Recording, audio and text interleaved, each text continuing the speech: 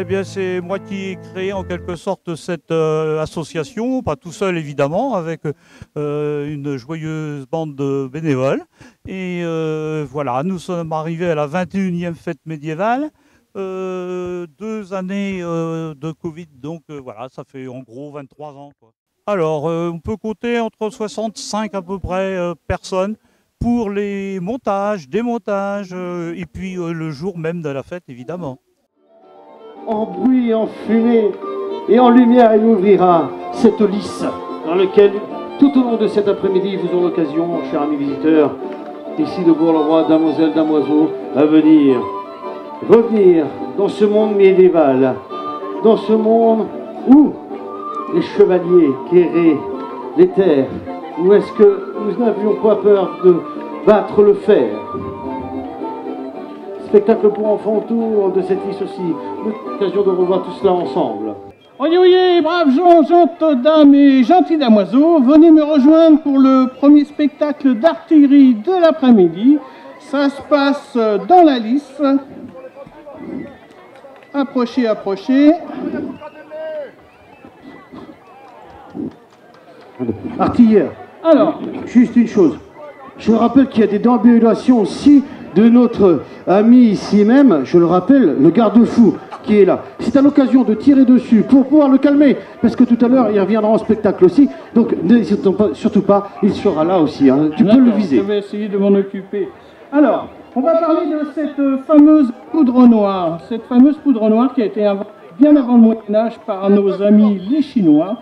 Ils en faisaient déjà de pseudo-feux d'artifice, donc ils étaient très en avance sur nous à cette époque-là. Et nous, dans un premier temps, on va importer cette poudre noire pour développer l'artillerie. Dans un premier temps, l'artillerie portative, pour que les enfants comprennent les premiers fusils. Alors, vous savez, quand on importe les choses, ça coûte très cher. Et dans un deuxième temps, on va essayer de fabriquer soi-même cette poudre noire. Alors, la poudre noire, elle a 3 composants. Le premier, le soufre. Le deuxième, le salpêtre. Et si vous en reste pour les merguez de ce soir, du charbon de bois. Quand on réduit en poudre très fine ces 3 composants, on va obtenir une poudre de couleur très foncée, d'où son nom, poudre noire. C'est pas embêtant. Alors c'est une poudre qui est très instable, elle n'aime pas l'humidité, elle n'aime pas les chocs et elle n'aime pas la chaleur. S'il y a beaucoup d'humidité dans l'air, les tirs ne se feront pas, la poudre ne va pas s'allumer, donc il y a beaucoup de contraintes avec cette fameuse poudre noire. Alors messieurs, dames, pendant les tirs, je vous demanderai de bien vous boucher les oreilles. On va partir avec la première arme en 1410, ça s'appelle la coulevrine. Alors cette arme, elle a une très longue crosse en bois. Vous savez pourquoi jeune homme là-bas avec la casquette grise? Non, c'est pour ça que je suis là, ça me revient, c'est à moi de vous le dire. C'est parce qu'à cette époque-là, on ne sait pas couler les canons d'un seul tenant, c'est un système de tonnelage. Donc on a une chance sur 2 que l'arme vous expose à la figure. C'est pour ça qu'on va tenir son arme loin devant soi. Alors effectivement, à cette époque-là, c'est un système de tonnelage, c'est comme les barriques à vin. Les barriques à vin, c'est des lamelles de bois biseautées qu'on va cercler à chaud. Et bien là, on prend des lamelles métalliques qu'on va cercler à chaud avec des rondelles qu'on appelle des douelles. À l'intérieur des canons, c'est un peu aléatoire, c'est pas calibré, donc dans un premier temps, on va mettre des éclats de pierre et des éclats de métaux. Et on tuera son homme à 6-7 mètres maximum si on n'est pas mort ou blessé soi-même. Vous allez me dire pourquoi utiliser ces armes. Bien, imaginez que vous êtes sur de beaux destriers avec de belles armures et vous allez enserrer comme vous l'êtes cet après-midi, la première ligne de fantassins adverse. Eh bien, l'explosion de cette arme va mettre un peu en déroute vos montures. On n'aura plus cet effet compact de cavalerie qui va enfoncer la première ligne de fantassins. Donc, même si le gars explose avec son arme, on a l'explosion, on garde. Et vous allez voir, on le voit encore de nos jours, hein, malheureusement, un petit peu aux actualités tous les jours, surtout en ce moment. Eh bien, l'homme pour tuer son prochain, il est très ingénieux. Vous allez voir que l'évolution de ces armes va être quand même relativement rapide.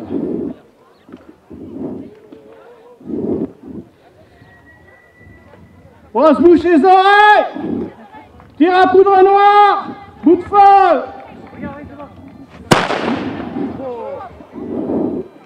Bon, bah ça s'est pas trop mal passé, hein. Hein, moi, on m'a dit, on a une chance sur deux. Hein. Ça a été pour vous? Bon. Vous savez, à cette époque-là, il y a des moines qui écrivent à longueur de journée sur le parchemin. Ils avaient inscrit sur le parchemin que si on remplaçait la longue crosse en bois de la Coulevrine qui faisait d'énormes blessures à l'artilleur quand l'arme explosait, par une très longue crosse en métal forgé, au demeurant plus solide, ça devrait mieux se passer pour l'artilleur. C'est ce qui est inscrit sur le parchemin, parce qu'en réalité, le canon est toujours pas coulé. On a toujours une chance sur deux d'avoir des petits soucis. On est en 1420, ça s'appelle le trait à poudre. Tire à poudre noire, on se bouche les oreilles. Coup de feu.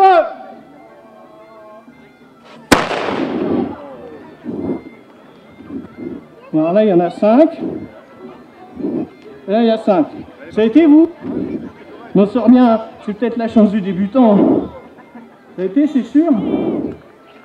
Bon, des fois, il y a des applaudissements, hein, si ça plaît, c'est pas obligé, mais bon, j'aime bien quand c'est spontané comme ça. C'est sympa.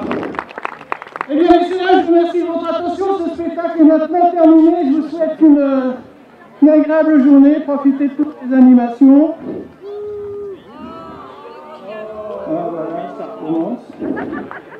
Ouais. C'est partout pareil. Hein. Quand le spectacle il est fini, les gens restent. Alors, je vous explique, messieurs, dames. Vous avez devant vous un artiste incompris.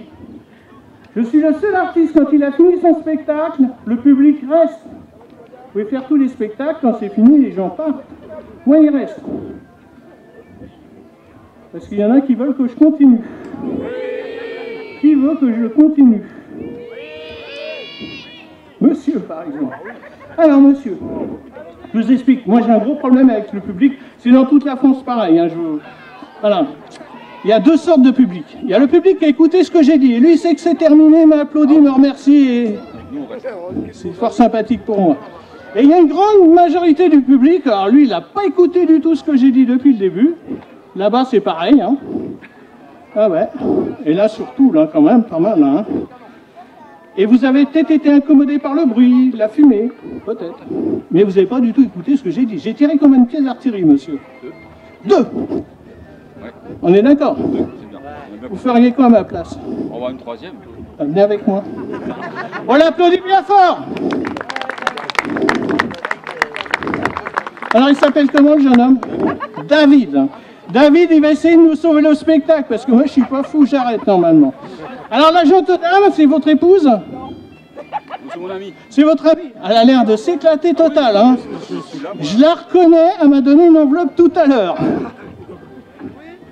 Normalement, vous inquiétez pas, ça devrait bien se passer. Prenez des photos pour... Yes.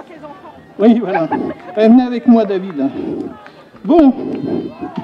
Alors, ici, on a ce qu'on appelle un long bâton avec une mèche. Il se consume gentiment sans faire de flamme. Ça s'appelle le bout de feu. D'accord? Et ici, on a ce qu'on appelle la lumière avec la poudre noire. On impose la mèche ici. Et normalement, on a une explosion. Tout va bien? Bon, David, si d'un seul coup, tout est noir, c'est qu'on est arrivé. Toujours partant? Madame, toujours partant, bien sûr. Bah oui, je me doute. Alors, David, il va me donner sa main. Et je ne veux pas me la donner, hein. Moi, je le sens un peu nerveux. Là-bas, il était un peu comme ça, mais là, un peu moins quand même. Alors, pour les gens un petit peu nerveux, on n'est pas Fort Boyard, il n'y a pas d'animaux. Hein. Voilà, ça c'est pour les gens nerveux. Et après, il n'entend plus ce qu'on dit, en plus, c'est pratique. Voilà, il est droitier ou gaucher, David? Droitier. Alors, il va venir là, David. Si le bras, il fait 1 mètre, maintenant, il fait 2 mètres. D'accord? Allez, on met le cas sur les oreilles. Un tonnerre d'applaudissements pour David, s'il vous plaît.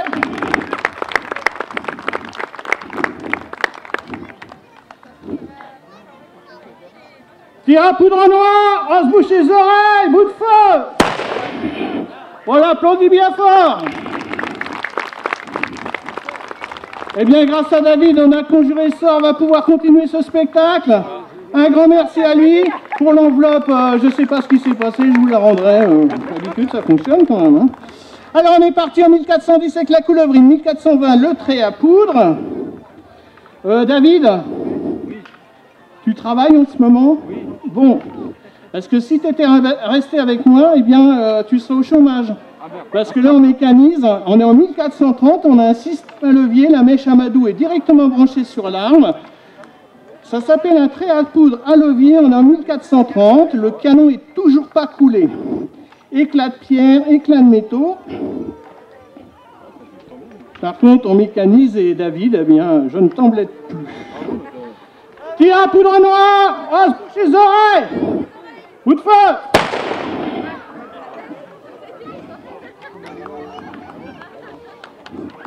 Alors là, je vais éteindre la mèche Amadou puisqu'elle continuerait à se consumer gentiment. Alors on est parti en 1410 la coulevrine, 1420 le trait à poudre, 1430 le trait à poudre à levier. Regardez messieurs, dames, pour tuer son prochain. 1450. La crosse est enfin raccourcie. Pourquoi? Parce que le canon ne vous explose plus à la figure. Il est enfin coulé. Baguette de chargement en dessous et toujours le système à levier à mèche. Donc David, ça va être une grande période de chaud, je suis désolé. Hein. Et on va tuer son homme à 150 mètres. Pour fabriquer des balles, puisqu'on a un canon calibré, on va prendre des pinces à balles. On va verser le métal en fusion par le trou de la pince à balles. Et après refroidissement du métal, on aura des balles calibrées. Dans un premier temps, ce sera des balles en plomb. Voilà, système de la pince à balles pour fabriquer ces fameuses balles calibrées. Donc je vous rappelle qu'on tue son homme à 150 mètres. Et cette pièce d'artillerie s'appelle l'arc-but.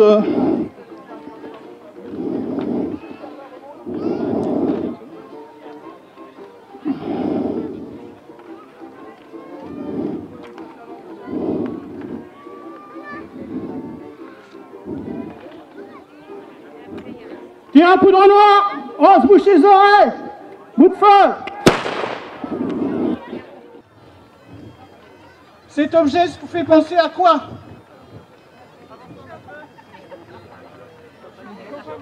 Ah bah là ça va être facile de communiquer. Vous voyez une chauffe de bière, on m'a dit. Ouais. On va employer des mots simples. Voilà, ça va bien se passer. Pour moi ça va être plus facile. Bon, très d'entrée, ça picole un peu dans toute la France, je vous rassure, avec modération. Effectivement, ça ressemble à une chauffe de bière. Il y a un petit malin qui a fait un trou à la base de la chauffe de bière. La bière s'étant écoulée, on a mis de la poudre noire et on va appeler cet objet une culasse. On aura 3 à 5 culasses pour la même pièce d'artillerie. La culasse pleine de poudre, on va la monter à l'arrière du canon. On va la caler avec une cale en bois ici. On va mettre le projectile dans un premier temps des boulets en pierre. Vous savez, la pierre, c'est gratuit, on la trouve même sur les champs de bataille. Avoir tous les beaux édifices militaires ou religieux qui nous restent de cette époque-là, on savait très bien la travailler. Le problème de la pierre, c'est si elle est de très bonne qualité, elle a tendance à s'incruster dans les murs de fortification. C'est pour ça que quand vous visitez encore certains châteaux, il n'est pas rare de voir des boulets de canon qui sont incrustés dans les remparts. Et en revanche, si elle est de mauvaise qualité, elle a tendance à s'éclater. Alors pour remédier à ce petit souci, encore une fois, on va remédier avec la fonte de fer. On va mettre du métal en fusion à l'intérieur de ces moules en 2 parties et on aura donc un projectile calibré. Ça s'appelle le Vogler.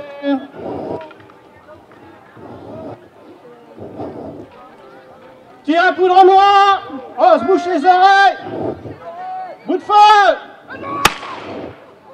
On va enduire de graisse épaisse le tout pour que ça coulisse bien dans le canon. Et à l'explosion, l'enveloppe de lin va se déchirer et on va répandre la grenaille à 6 ou 7 mètres. Un petit peu plus tard, on utilisera des balles en fonte de fer.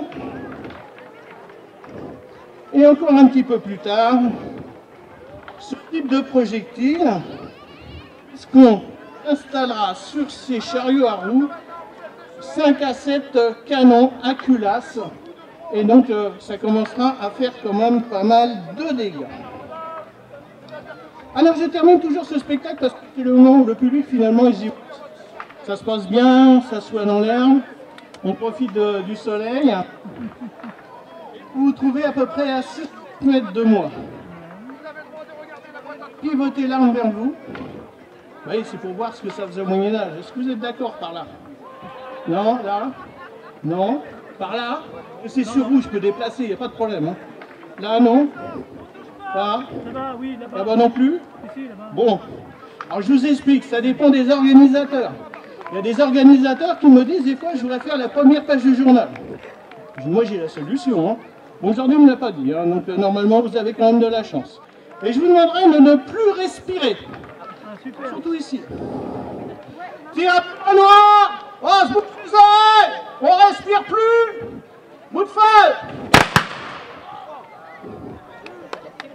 Eh bien messieurs, dames, on a respecté la tradition, j'ai fait beaucoup de bruit, j'ai fait beaucoup de fumée.